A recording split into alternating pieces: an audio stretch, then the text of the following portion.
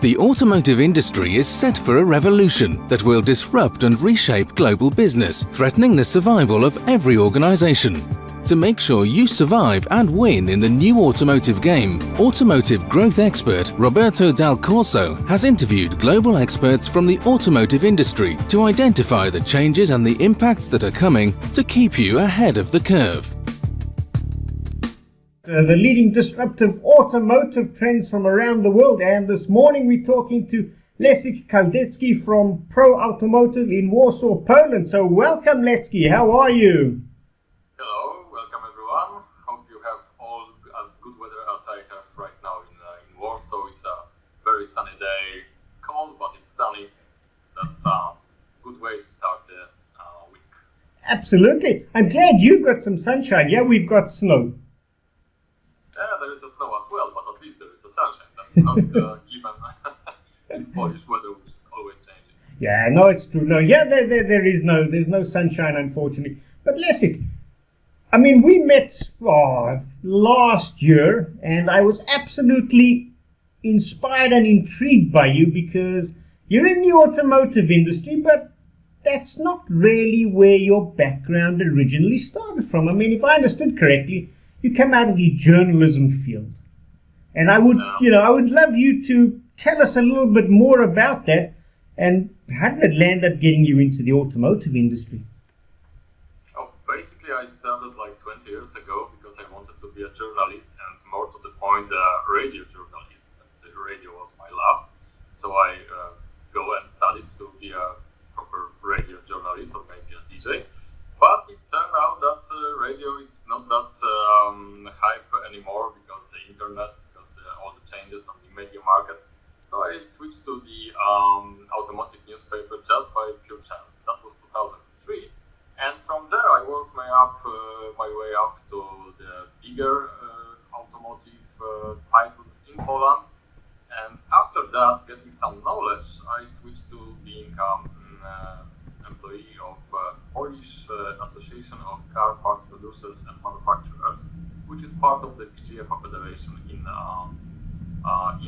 Europe. I was part of the European campaign, Right to Repair campaign, that gave us all the independent aftermarket operators the new MVBR European regulation, the 461/2010, which is like the cornerstone of independent aftermarket right now, as long as the regulations, of course, go.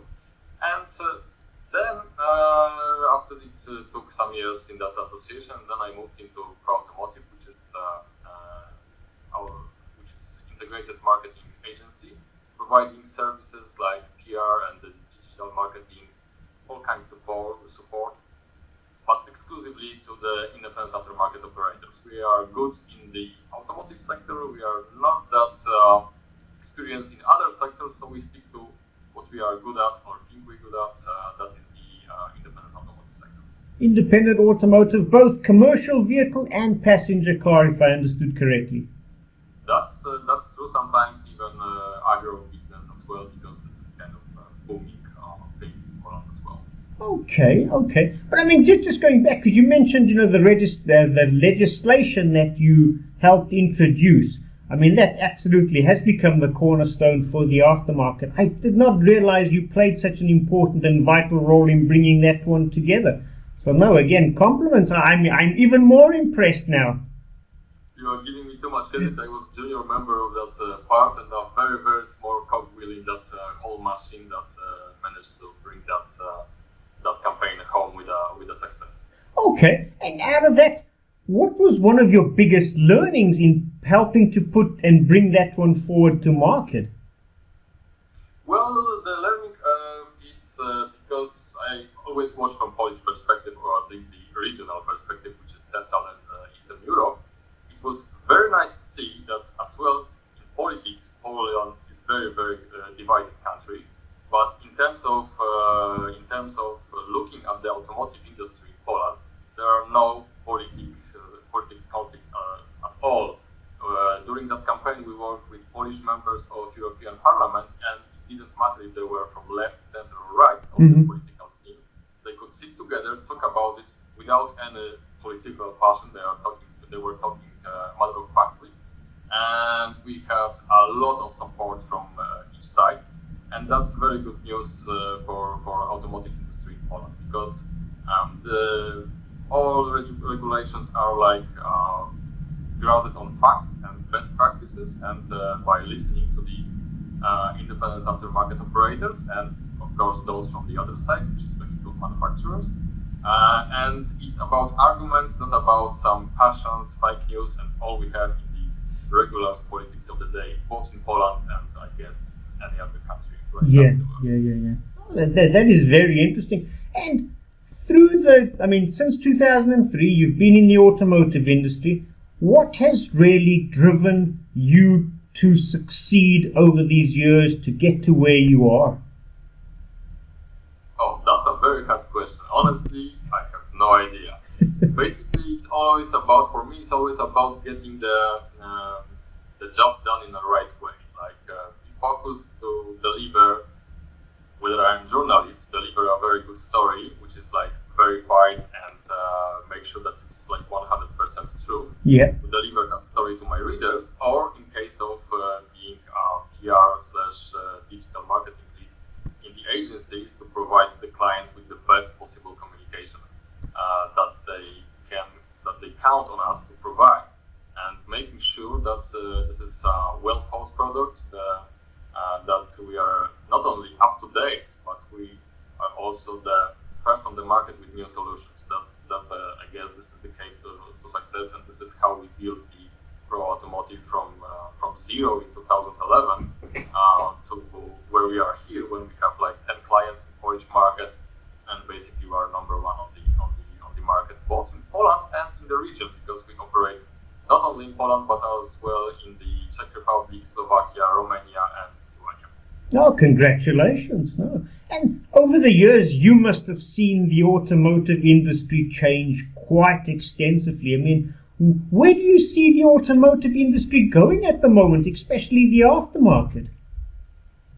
Well, that's a bit easier in Poland because we are kind of behind.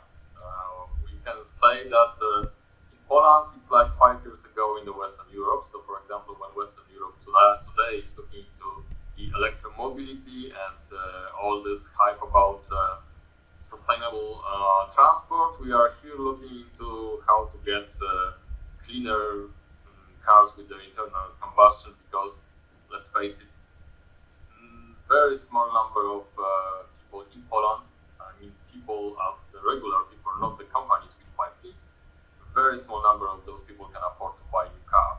So it's always about the 5-year-old cars or 10-year-old cars that we bring from Germany. This kind of different story. So even if tomorrow, like 100% of the cars in Germany will be like driven by the electricity, it would take some years to get those cars to Poland instead of buying them like Germans in the salon car dealerships straight away. Yeah. But I mean, and you mentioned something very important there about, Poland you feel is a couple of years behind Western Europe, but at the same time, the Polish market has become incredibly important, and probably even more so than in the past, especially when you look at in Europe, because I think it's the gateway between Western and Eastern Europe. It can be gateway, and basically Poland is quite a big country. And for example, in the commercial vehicle sector, one of 4 trucks driving around Europe, hauling whatever we need to have in our shops, is bearing the Polish registration plate. So, for example, for companies like ZF, it's a second market in Europe. Wow. After Germany. So this is how it is important. And also, from the point of view of independent aftermarket operators, Poland was always this country where the independent aftermarket was very strong. For example, in Germany, there was like during this right repair campaign, it always was like, okay, those OESs are so strong, and we would like to have the independent aftermarket in Germany as strong as it is in Poland, right? Yeah. So in these terms, we were like maybe ahead of the curve a bit, because obviously a regular Polish guy has a thinner wallet than them,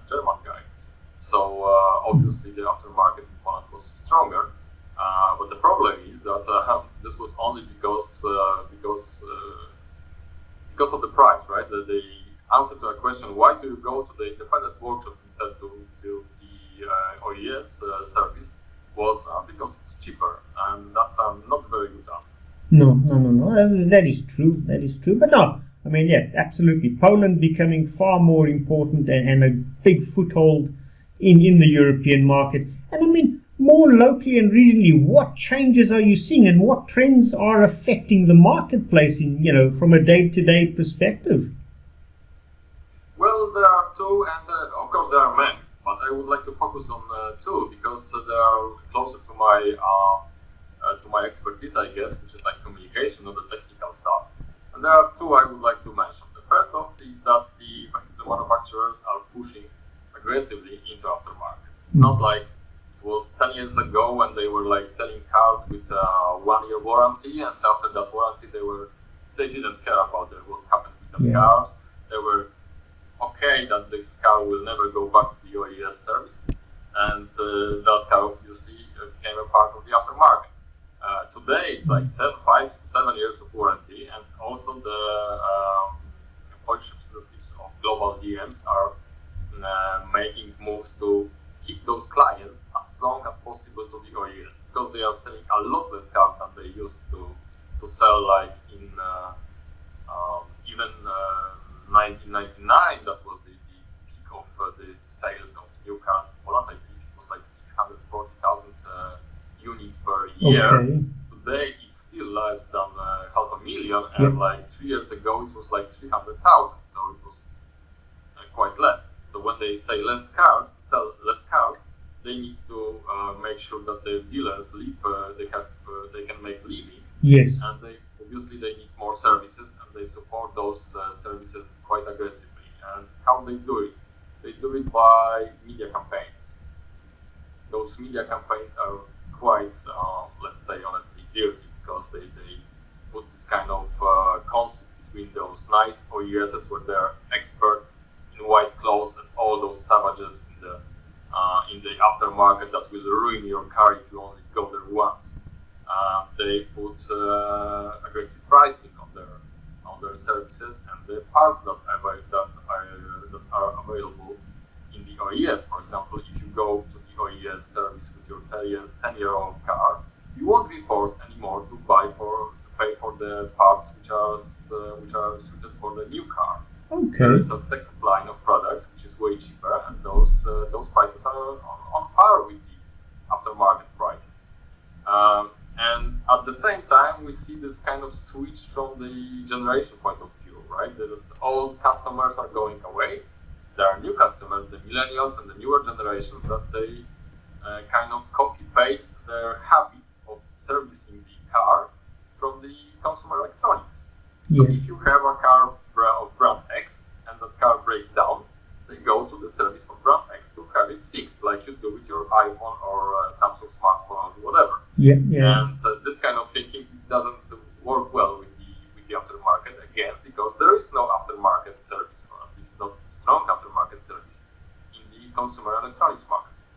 True. I mean, you've picked on two very key and critical ones. One is the expansion of the OEMs into the aftermarket, and the second one is, the customer / change of the new generation and millenniums coming in. But if we just focus a little bit on the first one, the expansion, and I mean, you gave some examples of how the OEMs are strengthening their position, trying to create second and third tier product lines for older vehicles, trying to keep them for longer, and mainly it's through digitalization. You said, reaching out, trying to connect and reach out to customers in that way. What are some of the impacts that you have seen that because of the OEMs doing this? What are some of the impacts that the true independent aftermarket players are experiencing, and what are some of the things that they are trying or doing or putting into place to overcome that? Well, that's a hard question, because the independent aftermarket is not worried about this push. They see a lot of growth. The aftermarket in Poland grows about 15% a year. Okay. Since as long as I remember, so on paper everything is fine. Yeah. It's not not like the independent aftermarket are losing ground. So they feel confident. They don't think that they need to do anything to reverse that trend or to even be prepared. And like I said, on paper, when you look at the Excel with all this sales data, it looks fine. There is nothing to worry.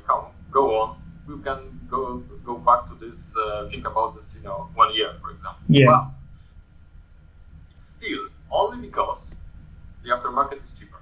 Mm-hmm. And in my feeling is that the independent aftermarket in Poland and probably in whole region has to come up with better arguments for the car owners that we are cheaper. Yeah. And there are arguments. We are faster in repairing your car. We are more agile in repairing your car. We are even the procedures of repairing a car are quite different because, for example, in the OES, sometimes the procedure will be cut short because it's designed thinking about the warranty, right? So yes. do as less as possible to keep the car going instead of fixing it properly. And even an example from my life and my car, when the compressor of the AC in my car broke down, the procedure in the OES was to replace the compressor. The procedure in the aftermarket is to replace the compressor and the part of the cooling thing when the fluid goes back to being a fluid. Yeah. I forgot that word obviously in English, but you know what I mean. And because of that, the brand new compressor was damaged because there is no way to clean the system unless you replace the other part. Yeah. But it was according to specs by the OES. So in the aftermarket, we can better fix your car. We can do it still a bit cheaper. You don't have to wait for parts like you have to wait in the OES because everything has to be brought from the central warehouse, and you'll be lucky that the central warehouse is in Poland instead of Spain in my case. So you have to wait even for simple parts like 1-2 days, and that doesn't happen in the aftermarket. And it should be like what I'm trying to say. It should be like the answer why independent garage is that because it's a smart choice, not because it's cheaper. Because right now in Poland people don't have that much money, but it will change. We see it changing right now because the average salary goes up in Poland. We have excellent economic climate. So in 10 years, people won't be interested in cheap. They will be interested in good. And does the independent aftermarket communicate that we are good, not only cheap? I guess at the moment, not. It's a fair point. I mean, the aftermarket is definitely a very viable option for parts, and it's really driven, they offer the service, they offer the availability, they can do a very good job, as good as, they can do it quicker, they've got the parts, and there's also a value in the pricing side of it.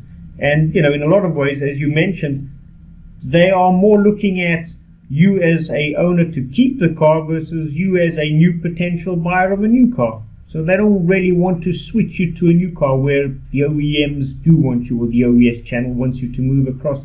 So no, those are very, very interesting ones. And so, I mean, the independent aftermarket is really fighting on, let's call it the value, whether it's the price, the availability, and in terms of, we can do it and we care about you in terms of values. What are their biggest challenges on a day-to-day basis, though? Because, I mean, they're not too worried about the OES channel, if I can put it that way. So what are their true frustrations day-to-day? Well, in case of Poland, it's about the price wars between the distributors, because it's always about getting some good markup, and you can't do that if you have to fight on the price every day, because almost every distributor provides excellent service to the garages. There's like, in big cities, there's like 6 deliveries to garages each day. So if you are running a garage and you need a part, you call and you have that part in 2 hours tops. And that's, of course, in the big cities, but in the middle of nowhere, on the opposite end of the scale, it's like 4 or 3 deliveries per day. So that's still very good service. So it's only about price and some minor customer service differences that can be played out. But this is like focusing on the next day, business day, focusing on the next week instead of obviously this is important, right? This is how you run your business. But then again, you have to think about how your business will look like and how you will get to the customers in 1 year, 5 years, in 10 years. The biggest difference here between OEMs, vehicle manufacturers, and the independent operators in Poland is that the independent operators in Poland almost don't communicate with the drivers. The traditional channel is to go to the garage specialist, so it's a business-to-business communication that worked for years. This is what they know, this is what they stick to. Obviously, it was years ago, it was dictated because the cost of the communication business-to-business is way cheaper than communicating business-to-consumer to the regular mainstream media. But this is way of thinking from about 2008. We are now in 2018, and there are better, cheaper ways to get to the consumer, to the car owners, with your message, and that should be used. And still, a lot of independent operators will raise the eyebrow and say, "What? Why? Really?" Okay. Yeah, really. This is like to be or not to be. How prepared are you to navigate the disruptive trends that are set to hit your business? Will you survive and win in the coming years? To understand your level of risk exposure and to help you avoid becoming a statistic of failure, take the free risk assessment here, www.dalcorsogroup.com, which will identify the gaps and how to navigate the risks. By taking the risk assessment, you get a chance to win a free 30-minute strategy session with Automotive Growth Expert Roberto Dal Corso. Roberto can help you identify an amount equivalent to 7% of your total annual sales that you are leaving on the table each year. To survive and win, take action now and visit www.dalcorsogroup.com. Okay, so I mean, parts distributors, or garages are still a little bit reluctant to move to, let's call it, digitalization and embrace that way of doing business. Instead of, totally going B2B, it's becoming more C2C through social media and informal channels. Would that be correct? Yeah, that'd be correct, because still the mainstream media are expensive and not that effective, but there's a lot of social media when you can get in, and it's a win-win situation. Simple comparison, right? You can, for example, let's imagine that there's independent aftermarket operator, let's say car part producers X, and they say, let's do something for the drivers. So you go to the mainstream media, you pay a lot of money. You have no control on over your message, because they are independent journalists, and they will do that story as they please and as they see it as truth. And on the other side, you can go for the blogosphere. You can go, for example, to a YouTube channel in Poland, which is watched by as well the car owners, as well the garage specialists, because it's a bit of technical stuff, a bit you do it yourself, basically quite professional, and this is small TV channel, but of course on the YouTube. And there, for the half of the money, you will get a lot of more reach, because the leader of the weekly magazines in Poland has 100,000 issues per week. Wow! And those guys, for each episode, get 300,000, 400,000 views. Sure.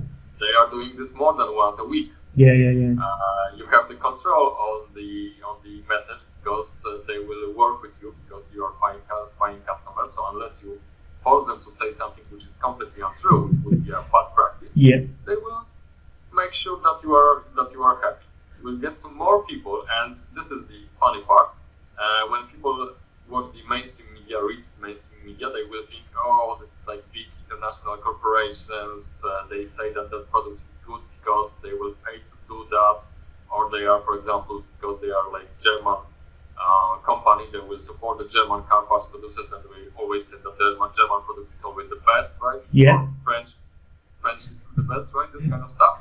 And those guys on the YouTube, they are like us, so we believe them more. even if, honestly, if I would say that there are those mainstream media are more trustworthy, but this is not the how the public will perceive them. They will more likely believe in the guys from the YouTube than from the mainstream media. Interesting. So they've got a higher level of credibility because they seem to be more like you and me, normal people guys versus... from the neighborhood, basically, this kind of stuff. That's interesting. And is that also potentially, I mean, this might, ties in well with your second point of, how the end user, the consumer has changed, due to the age and the new millenniums coming in, which are becoming a more important part of our customer base. Is this also because that type of customer is more open to social media and far more interaction in that way, that it's being more accepted? That's quite true, because I don't expect young people like less than 30 years old to buy the old school printed weekly or monthly magazines, right? Yeah. There is no interaction in that magazine. You cannot double tap and enhance the photo in that magazine. There is no links in those paper stuff. So this is the experience. It's so different from what those people are used to, whether using their smartphones or the regular desktop computers. So they will tend to use more social media. They will use to look for information on the YouTube. And this is another advantage of the new media, the new social media over the traditional ones. That if you're looking for the information, you can find that, because obviously there are search engines built into YouTube, or you can use Google. You cannot search something in the regular newspaper.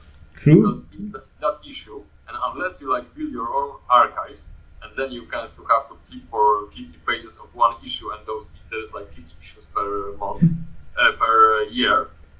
That's not practical. No. Also, from the point of view of the customers, which are car parts producers, it's better to invest in that digital content, because that content lives longer. Yes. In case of that channel I mentioned, if they, for example, do a whole story about how to replace the brakes, right? Yeah. And there are some good practices. They are showing which material you should use. Don't forget about using, for example, flame cleaner, this kind of stuff.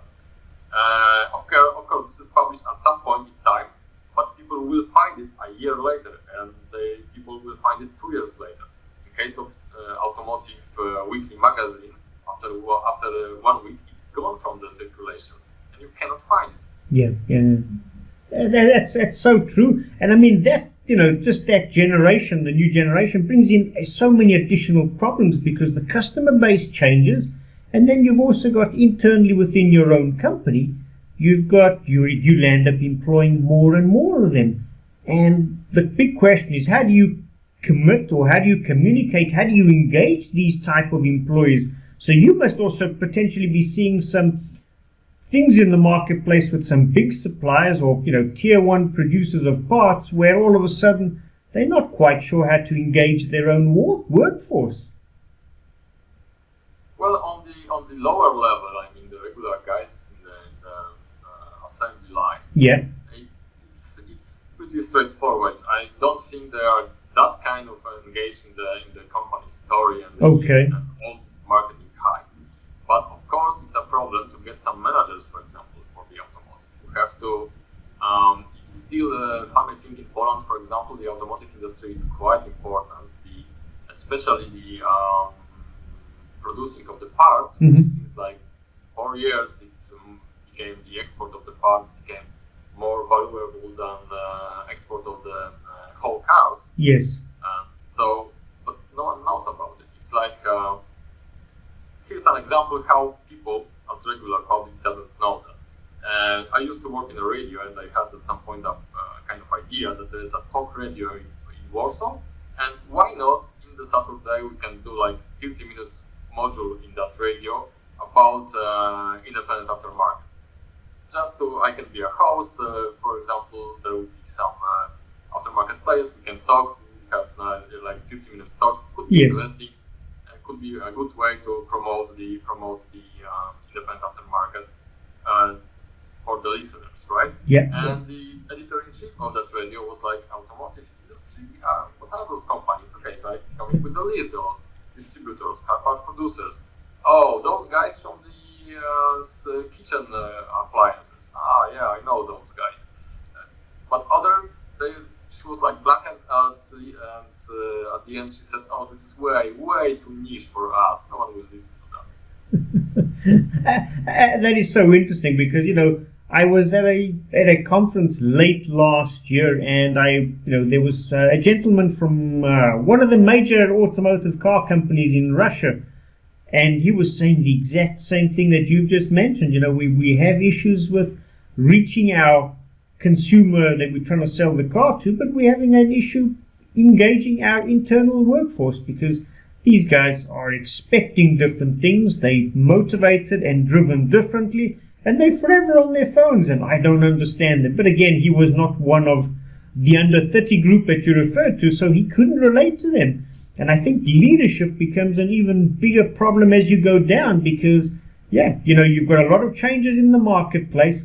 How do you deal with them? How do you engage to, overcome the challenges and move forward and navigate? So it's very interesting that, the age group is becoming more and more important. And one of the latest studies is by the year 2020, so 2 years down the road, 46%, so nearly half the workforce is going to be of that age group, which is phenomenal. That's true, but what it makes easier is that there is kind of closeness between the workforce you are looking for and the clients, because it's all about the brand awareness, and this is what the car part producers certainly lack in Poland, the brand awareness. And even if there are some companies that the name, when you ask people on the street for the name, that rings a bell, it rings the wrong bell, right? With those guys that are known for the kitchen appliances. Yes. Right? But there is another company which is like very well top 5 car parts suppliers in the world, and in Poland, those French guys are probably only for the French cars, right? It will take a lot of time and money and resources to build that brand awareness. For example, you need that if you want to replace some parts, you want that brand. Yeah. Or if you are looking for a new car, you look for the car which has the most of that brand inside. So the earlier we start, the better will be the results, because when those decision makers will wake up like 5 years from now, we lost 5 years. Yeah. And it takes 5 years more to do that. Sure. What happened overnight, and this is not something which you can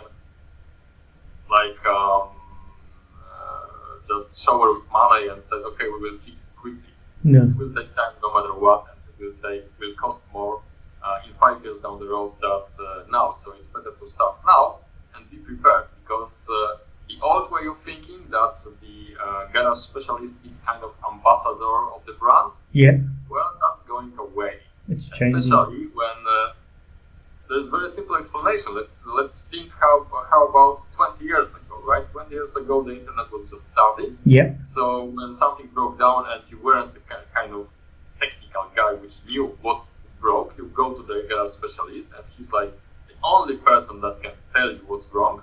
And because he's only one who can tell you what's wrong, when he says, and I recommend this part, you have no arguments. Yeah, right? yeah. You can say, this is too expensive. This is most you can do.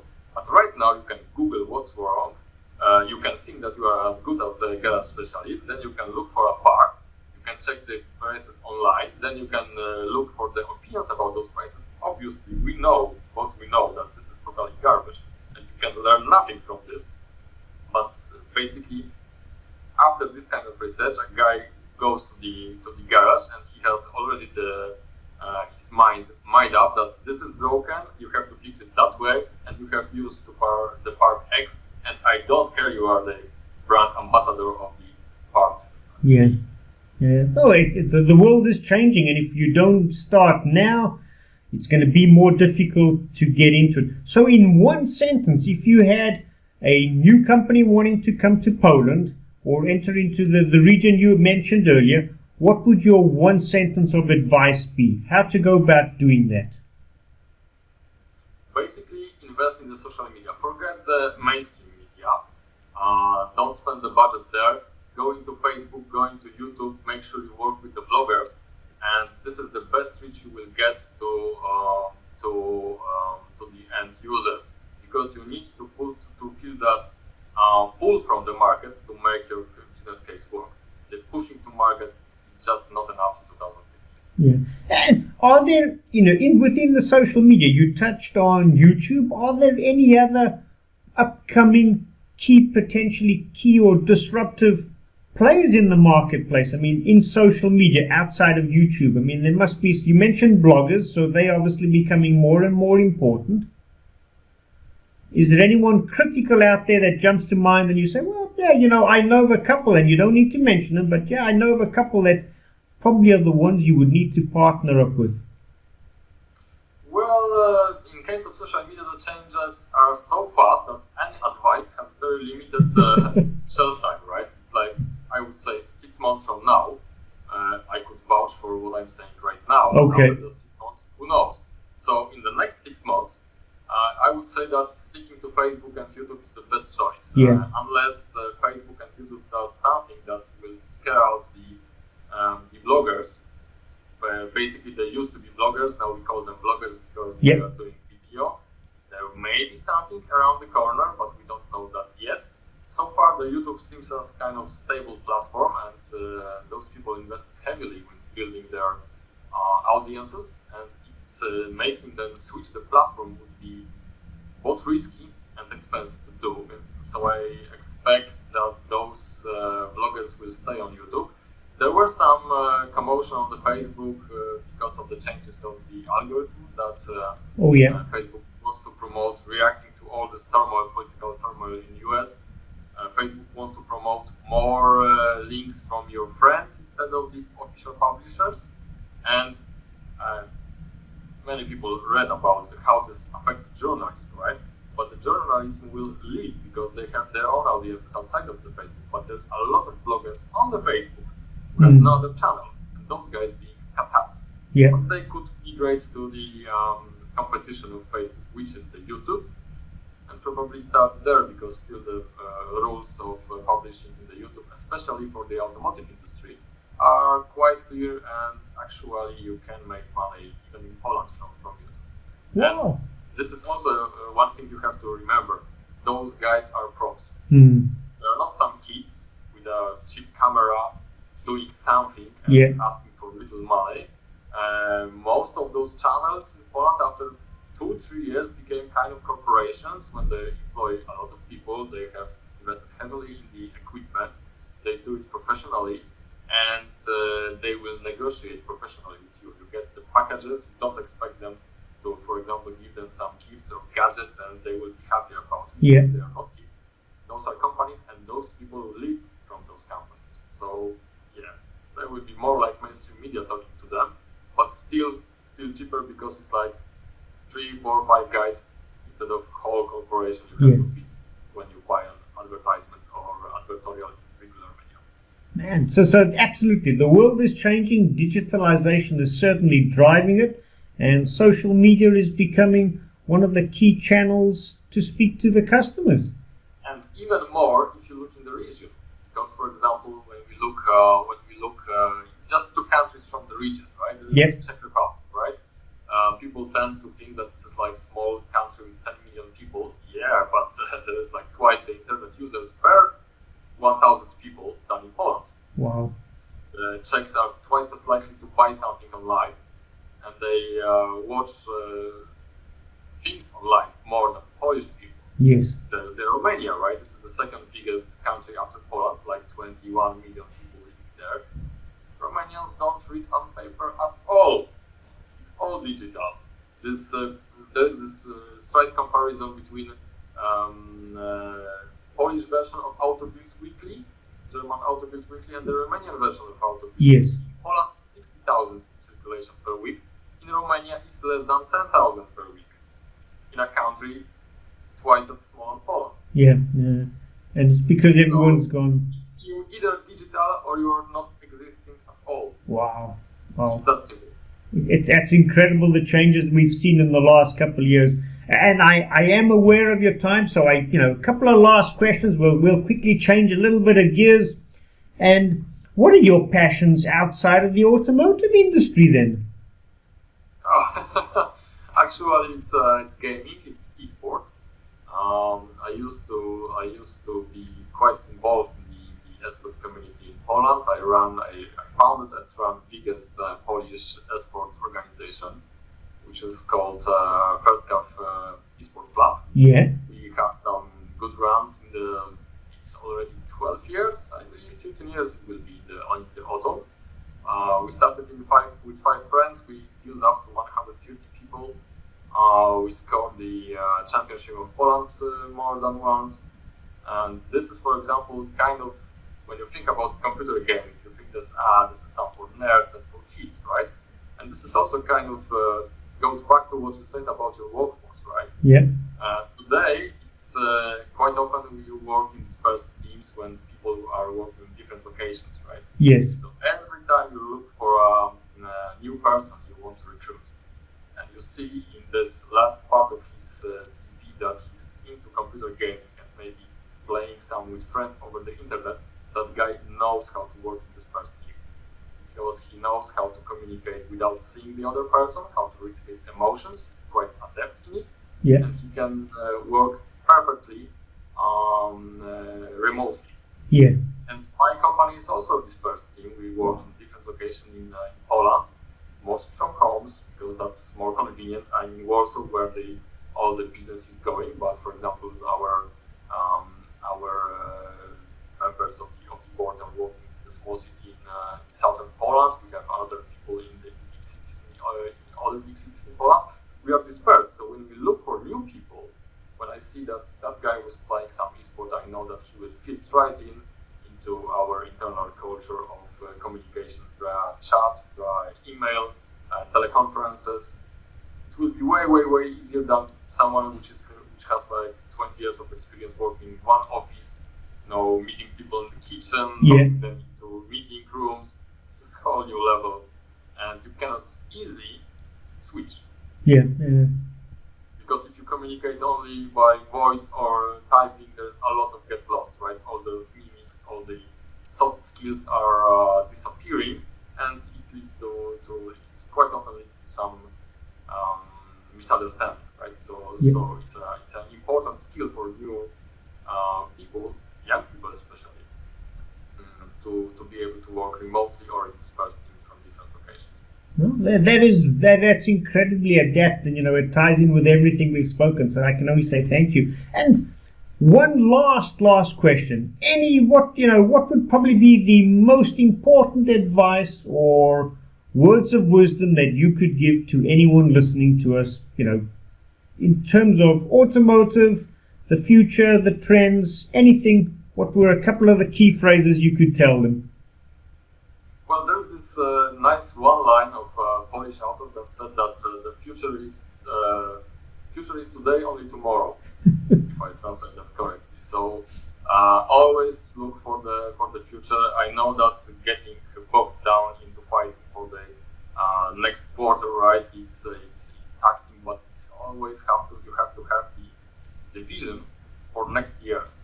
Yeah. Because it will come sooner than you think.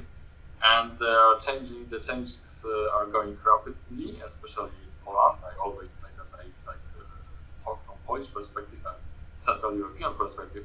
Changes are coming, and you have to be better prepared, because since everyone is so involved in day-to-day business, maybe people have no time to think about what will happen in 2023, what happened in 2025.